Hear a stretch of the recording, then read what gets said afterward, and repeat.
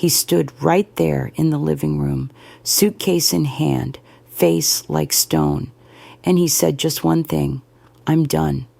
The money's gone. Don't call me." Then he walked out. I froze. My throat closed up. And what cut the deepest wasn't just that he left me. It was realizing he had cleaned out our daughter's college fund, too. Sounds like a scene out of a movie, right? But that was the exact morning everything changed for me and my daughter. If you're watching, please subscribe and let me know where you're watching from. This story gets a lot more interesting, and I'd love to hear your thoughts in the comments below. But let me back up and tell you about what I went through and how the ending changed everything. It was a gray Chicago morning, the kind that already feels heavy. The news said a snowstorm was coming in. I had just poured myself a cup of coffee when Mark, my husband of 22 years, dragged a suitcase down the stairs. No warning, no explanation, not even a look in my direction. At first, I thought he was heading out for some last-minute business trip. But then I asked, "Mark, what's going on? Where are you going?" He stopped, looked me dead in the eye, and said flatly, "I drained the accounts. Don't try to stop me.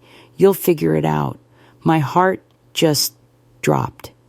I lunged for the laptop on the kitchen counter, fingers trembling as I logged into our bank. And there it was. Zero. Every single account. Our savings, the retirement money, checking, and worst of all, the college fund I had worked so hard to build for Emma. Gone. I collapsed into a chair, holding my head in my hands. Behind me, I heard the front door slam. And just like that, Mark was gone. I cried, not loud, wailing sobs, more like those silent tears that choke you from the inside out. My brain kept flashing through everything. The late nights he claimed to be working overtime, the random scent of a woman's perfume in his car, the missing paychecks that never added up.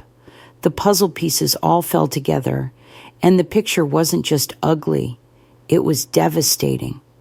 Then I heard footsteps on the stairs. Emma, my 19-year-old, walked down. And here's what floored me. She wasn't panicking. She wasn't even crying. She sat next to me, placed her hand on my shoulder, and said something I'll never forget.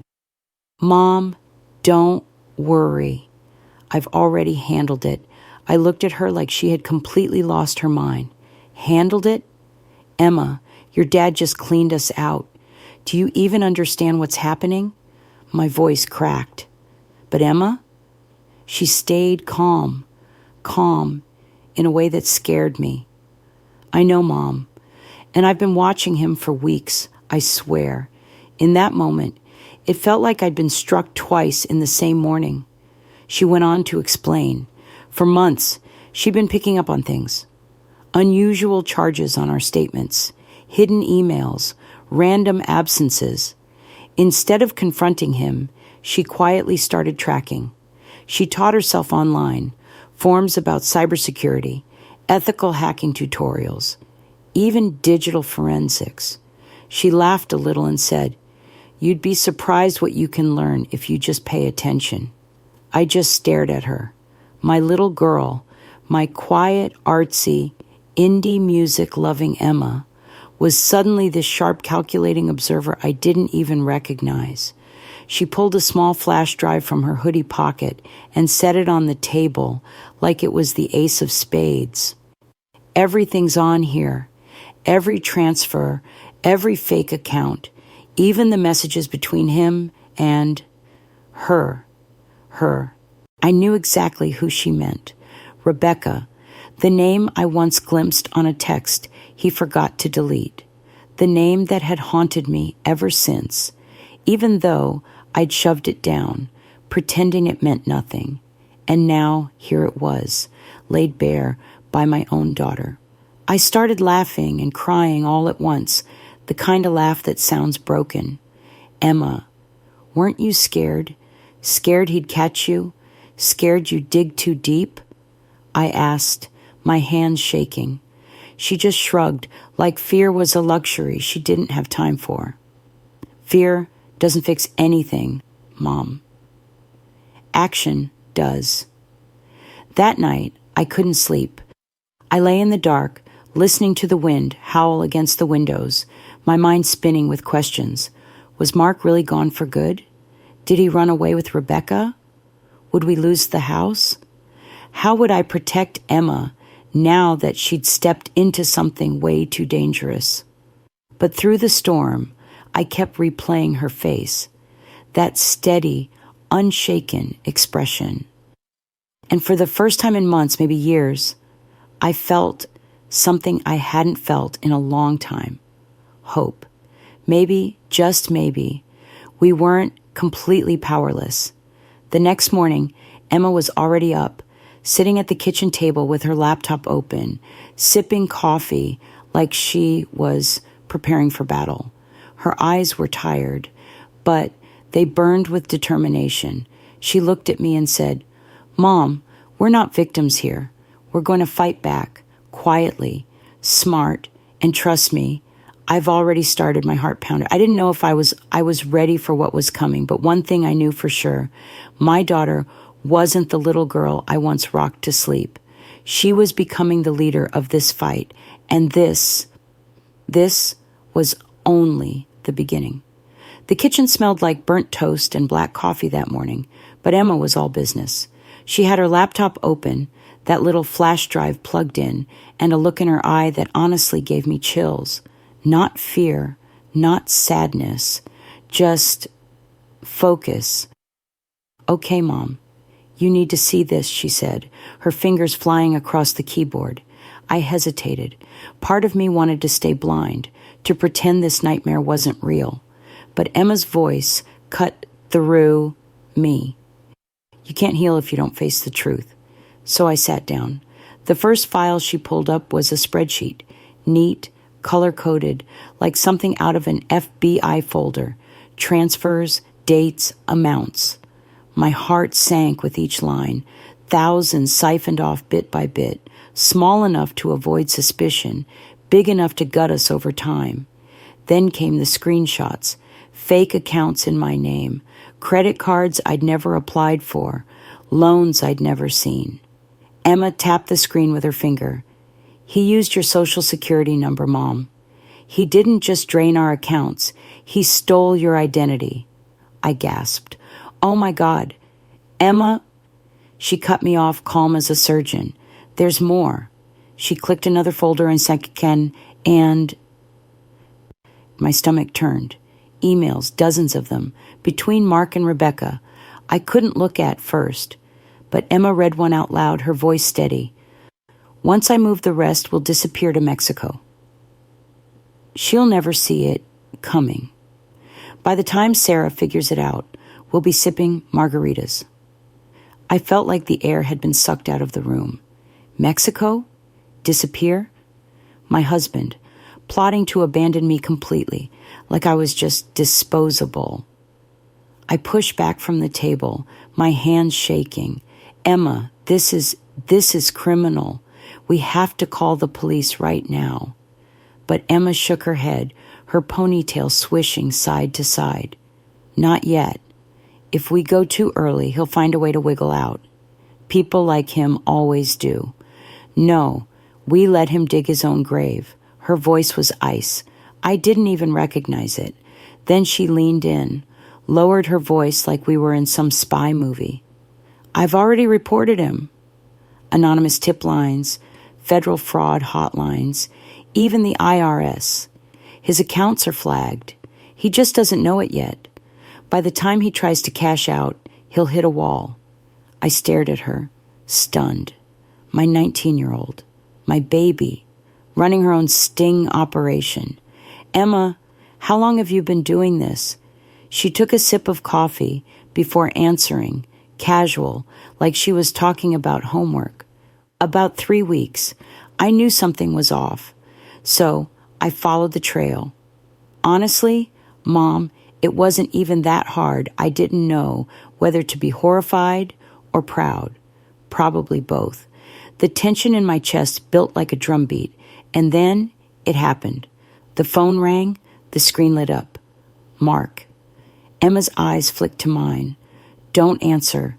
But I did. My hand trembled as I pressed it to my ear. Sarah, listen. Something's wrong. Mark's voice came through, frantic. Not at all like the cold man who walked out yesterday. My accounts are frozen. They're saying fraud. I can't access anything. Did you do this? I froze, but before I could say a word, Emma grabbed the phone from my hand. Hi, Dad, she said, her tone sharp as glass. Surprised? There was silence on the other end, then, Emma? What? What are you talking about? Emma leaned back in her chair, cool as ice. I've been watching you. Every fake transfer, every lie, every disgusting email to Rebecca. Did you really think you were smarter than me? That I wouldn't notice? Mark stammered. I could hear the panic rising in his voice. Emma, you don't understand. Rebecca said, this isn't what you think. But Emma cut him off, her voice like steel. No, Dad. I understand perfectly. You tried to destroy us. You stole from Mom. You stole from me. And now you're going to pay. My heart pounded so hard I thought it might burst. I had never heard my daughter sound like that before. Fierce, unforgiving. On the phone, Mark's voice cracked, desperate. Please, Emma, just tell me what you did. I can fix this. Don't ruin my life. Emma laughed, cold, sharp. Your life? You already ruined ours. Actions have consequences, Dad, and you're about to learn that the hard way. Then, click. She hung up. The silence that followed was deafening. I stared at her, my hands pressed to my mouth. Emma, what did you just do? She closed her laptop with a snap, eyes blazing. What needed to be done? For a moment, I couldn't breathe. My daughter, my sweet, shy little girl, was gone. In her place was someone fierce, someone powerful, and maybe someone a little bit dangerous. But deep down, I knew she was right. That was the night I realized this wasn't just about betrayal. It was about justice. And Emma, whether I liked it or not, was leading the charge, and I had no idea how far she was willing to go. I didn't sleep much after that phone call. My mind replayed every word, every icy tone in Emma's voice, every desperate crack in Mark's. I kept asking myself, what just happened? Had I really just sat there and watched my 19-year-old daughter crush her father over the phone like some courtroom prosecutor? The next morning, Emma was already at the table, laptop open, dark circles under her eyes, but sharper than ever. She didn't even say good morning.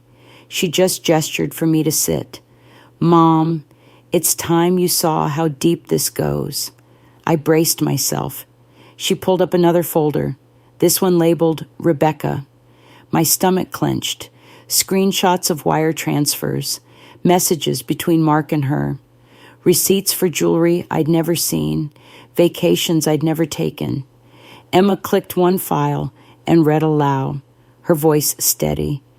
Don't worry, babe. By next week, she'll be out of the picture, and we'll have everything. Mexico's waiting. I couldn't breathe. My husband and his mistress had been planning to erase me from the picture like I was nothing more than a bill to be canceled. Emma slammed the laptop shut for a second, looking me dead in the eyes. They thought you were weak, Mom. They thought I was just some kid. They underestimated both of us. Her confidence was terrifying, but part of me clung to it like a lifeline. Emma, this is dangerous. People like them. They'll fight back. They won't just let this go. She leaned forward, voice low and calm. That's why I didn't just send the files. I set traps. I blinked. Traps? Emma reopened her laptop and showed me. She'd forwarded documents from anonymous accounts to Rebecca's workplace, a luxury real estate firm, hinting at potential fraud involving employee Rebecca Clark. Another package was already scheduled to auto-send to the state licensing board. She can't hide forever. Every corner she turns, there'll be another wall closing in. I sat back, stunned. This wasn't some teenager throwing a tantrum. This was strategy, ruthless, meticulous strategy. But just as Emma finished explaining, the house phone rang again. We both froze. I didn't even know who still called our landline anymore. Emma answered this time. She didn't put it on speaker, but I could hear the voice on the other end. A woman, sharp, high-pitched, desperate. Rebecca. Emma. Is this Emma? Listen to me. You don't understand. Your father loves you. He didn't mean to. Emma cut her off with a bitter laugh. Save it, Rebecca. I've read every word you've ever sent him, every plan, every lie. You're not some innocent victim. You're a thief. Just like him. There was a pause. Then Rebecca's voice cracked. If you release that stuff, we're both ruined. Do you get that? Both of us. You'll destroy your own father. Emma's answer was cold as ice. No. He destroyed himself. I'm just making sure the world sees it. And she hung up. My chest ached. Watching my daughter, I realized this wasn't just about betrayal anymore. It was about control. She was steering the ship now, and there was no turning back. Emma, are you sure about this? I whispered, almost pleading. She finally softened, just a fraction. Mom, I know this is hard, but if we stay quiet, people like Dad and Rebecca keep winning. I won't let that happen. Not to us, not to anyone else. Her words sent a shiver through me. This wasn't vengeance for the sake of vengeance. Emma was building something bigger, justice in her own way. The next days blurred together. Letters started arriving, collections, agencies questioning strange accounts in my name. But instead of fear, Emma smiled. Good.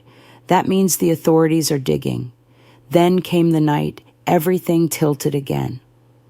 My cell phone buzzed at 2 a.m. It was Mark. I almost didn't answer, but something in me, curiosity, maybe weakness, pressed accept. His voice was broken. Sarah, please. You have to tell her to stop. They're freezing everything. The firm let me go. Rebecca's been suspended. I'm losing everything I couldn't even form words. The man who had walked out without a shred of remorse was now begging. And in the background, I heard another voice, Rebecca screaming at him. You promised me, Mark. You said she was clueless. You said the money was safe. The phone rattled with chaos. Two people, once so smug, now tearing each other apart. Emma took the phone from me, her expression unreadable. Dad. Listen carefully, she said, calm in the middle of his storm. This is what consequences sound like.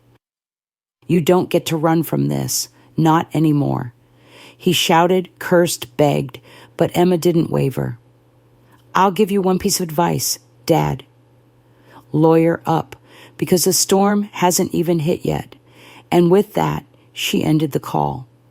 I sat there in silence, trembling, staring at my daughter like I was seeing her for the first time.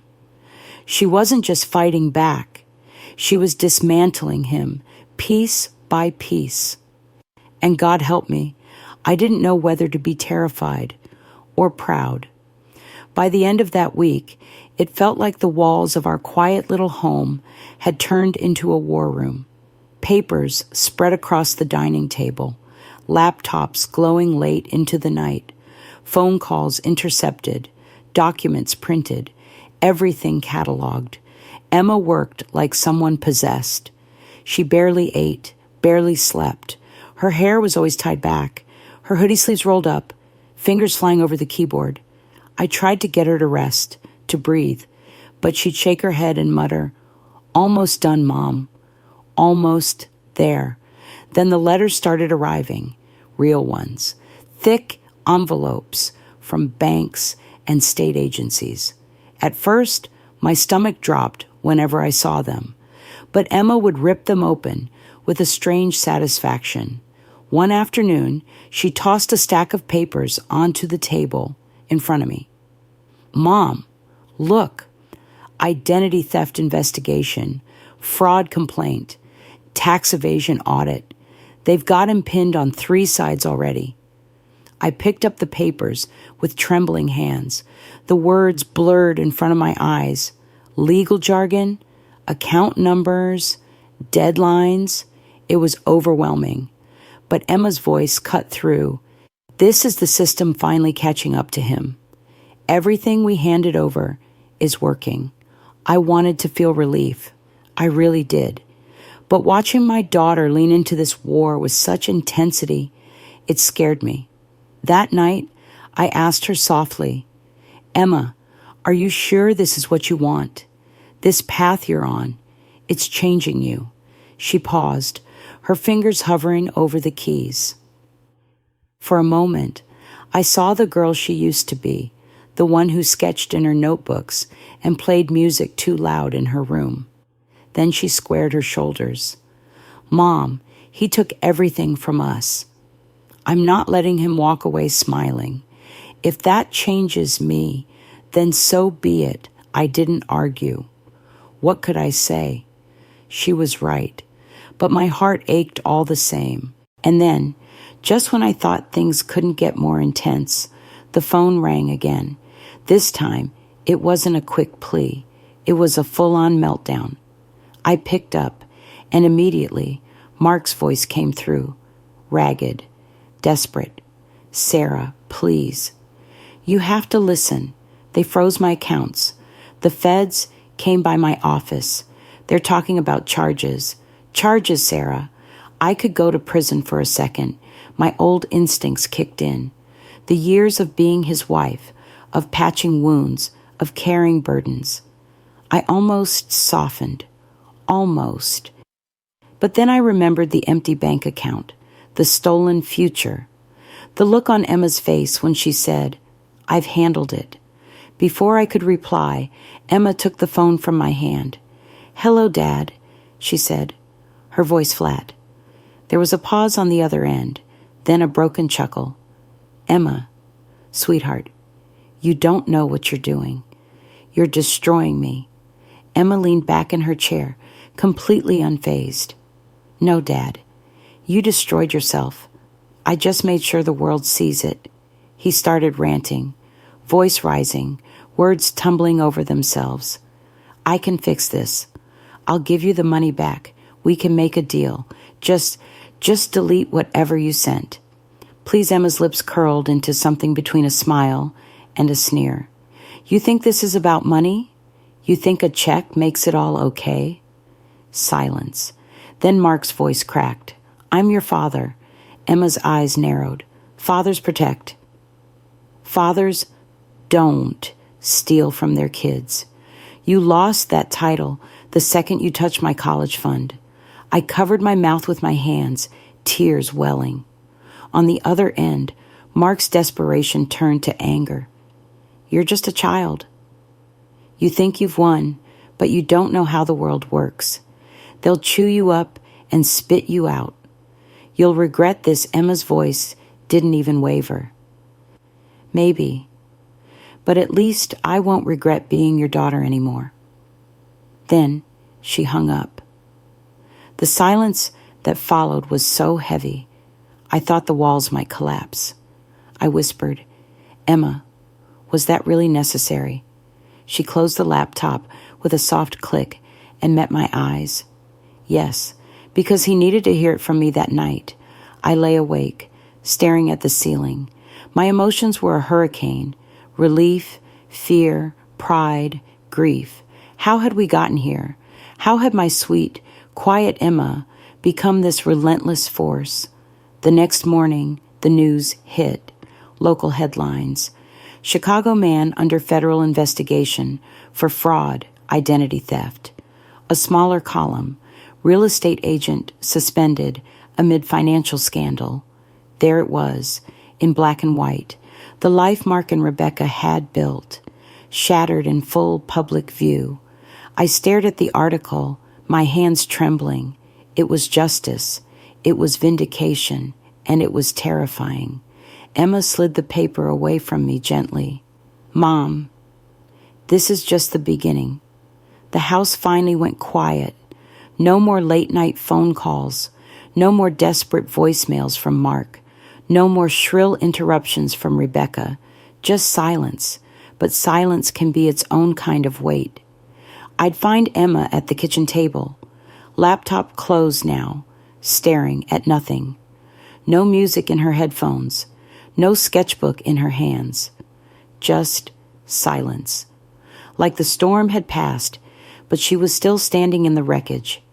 One night, I walked in and saw her scrolling through article after article about fraud, identity theft, white-collar crime. She wasn't reading for comfort. She was studying, memorizing. I asked gently, Honey, maybe it's time to take a break. Go out with your friends. Do something normal. She looked up at me, eyes tired but sharp. Normal doesn't protect anyone, Mom. Knowledge does. That was the moment I knew. We needed help, not legal help, not financial help, emotional help. So I found a therapist. The first session, Emma went in like she was preparing for a debate. Calm, polite, answering every question with precision. The therapist asked how she felt about her father's betrayal, and Emma tilted her head like it was a trick question. Feel? I don't really feel. I process. I understood what he did. I acted, and it worked. What's the point of feelings? I sat there, my heart breaking, while the therapist leaned forward kindly. Emma, sometimes feelings aren't about fixing things. They're about healing. Emma gave a faint smile, but I could tell she didn't buy it. Week after week, we went back, and slowly I saw tiny cracks in her armor. She admitted she had nightmares sometimes, that she couldn't stop hearing his voice saying, I'm your father. That she replayed her own words, wondering if she'd been too harsh or not harsh enough. One day after session, she looked at me in the car and said quietly, Mom, do you think I'm broken now? I grabbed her hand so fast she jumped. No, you're not broken. You're strong, maybe too strong for your own good, but you're not broken. Her eyes filled with tears, and for the first time in weeks, she let herself cry. Not silent, calculated tears, but messy, red-eyed, heartbreaking sobs. And I held her whispering, It's okay, baby. You don't have to carry all of this alone. That was the night I realized. Justice had been served, but the healing had only just begun. Over the next month, Emma began to change, not back into the girl she was before, but into something new. She still studied fraud cases, but now she started sharing what she learned. She made posts online, simple guides about protecting yourself, spotting scams, securing your identity. At first, just a handful of views, then dozens, then hundreds. One morning, she came running downstairs, phone in hand. Mom, look, someone messaged me. A single mom, she said she almost fell for a phishing scam, but my guide stopped her. She said I saved her. Her voice was different, not cold, not hard, proud, alive. That night, we sat together on the couch, and she told me her new idea. I want to start something, a project, not a company exactly, but a way to help people. Consulting maybe, teaching, making sure no one else gets blindsided like we did. I blinked at her, stunned. Emma, you're 19. She shrugged, smiling faintly. So what? Dad stole my childhood. Maybe I don't need to wait around to start my future. I laughed through tears. She wasn't wrong. The weeks turned into months. Our finances were still shaky, but little by little, we rebuilt. I picked up extra shifts at work. Emma started offering free workshops at the local library.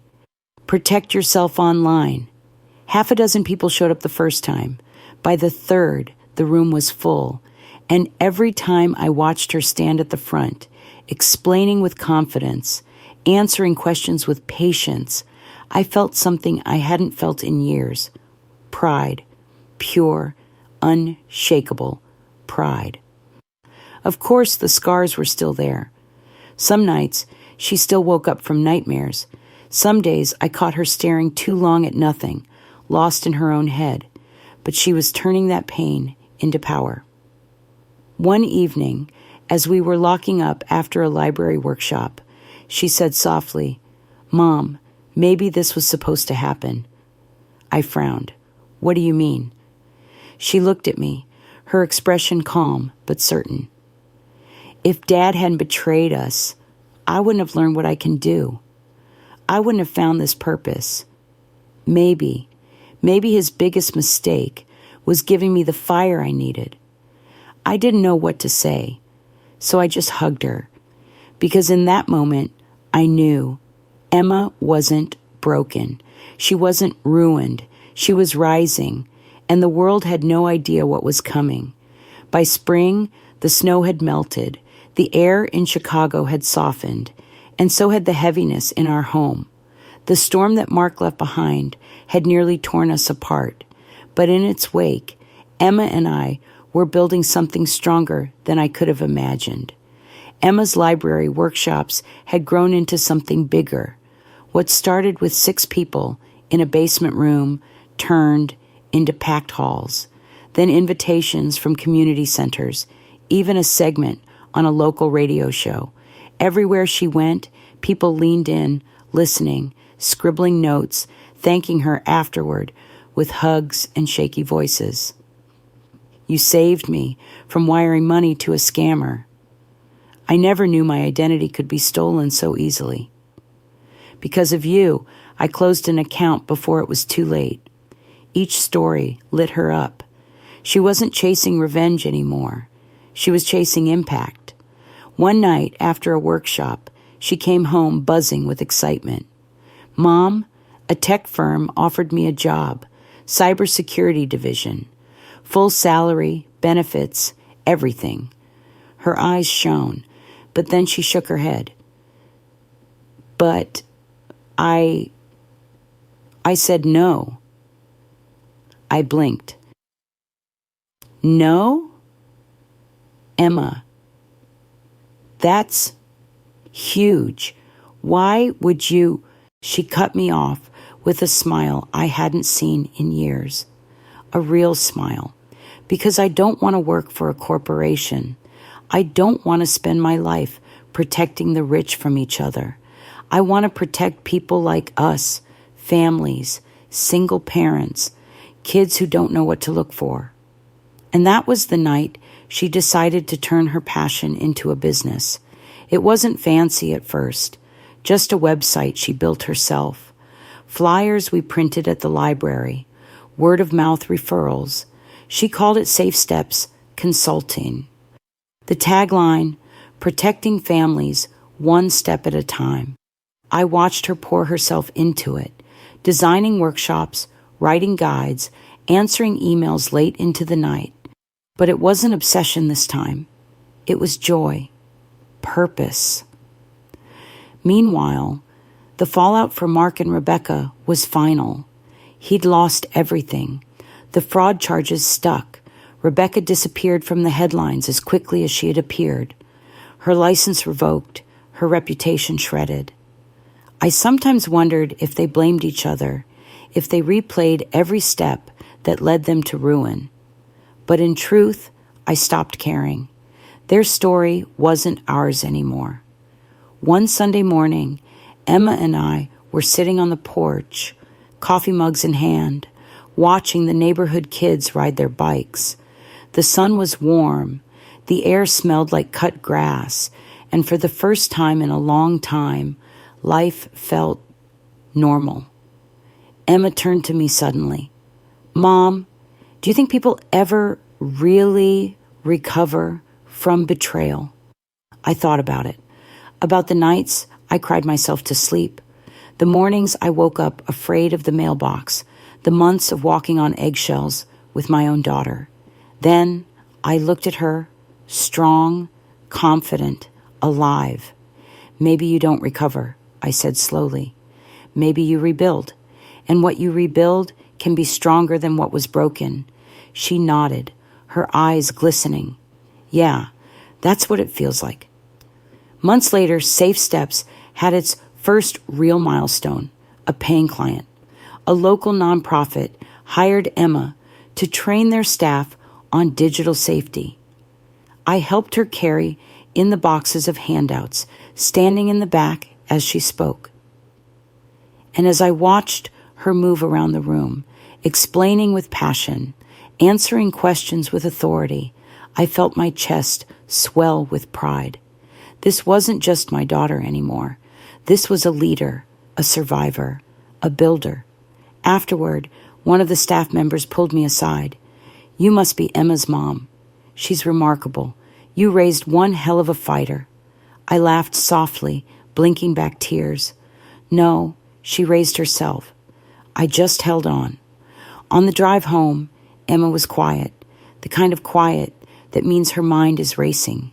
Finally, she said, Mom, I used to wish Dad had never left, that none of this had ever happened. But now, I think, I'm glad it did, because I know who I am now, and I know what I'm meant to do.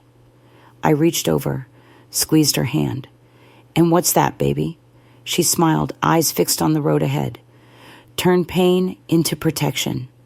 Not just for us, for everyone. And in that moment, I knew the truth.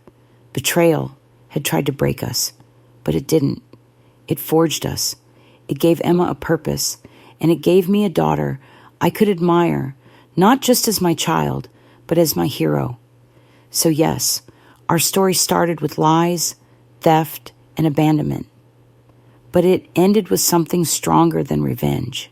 It ended with justice, with hope, with new beginnings. And as the sun dipped low that evening, painting the sky gold, I realized something simple but profound.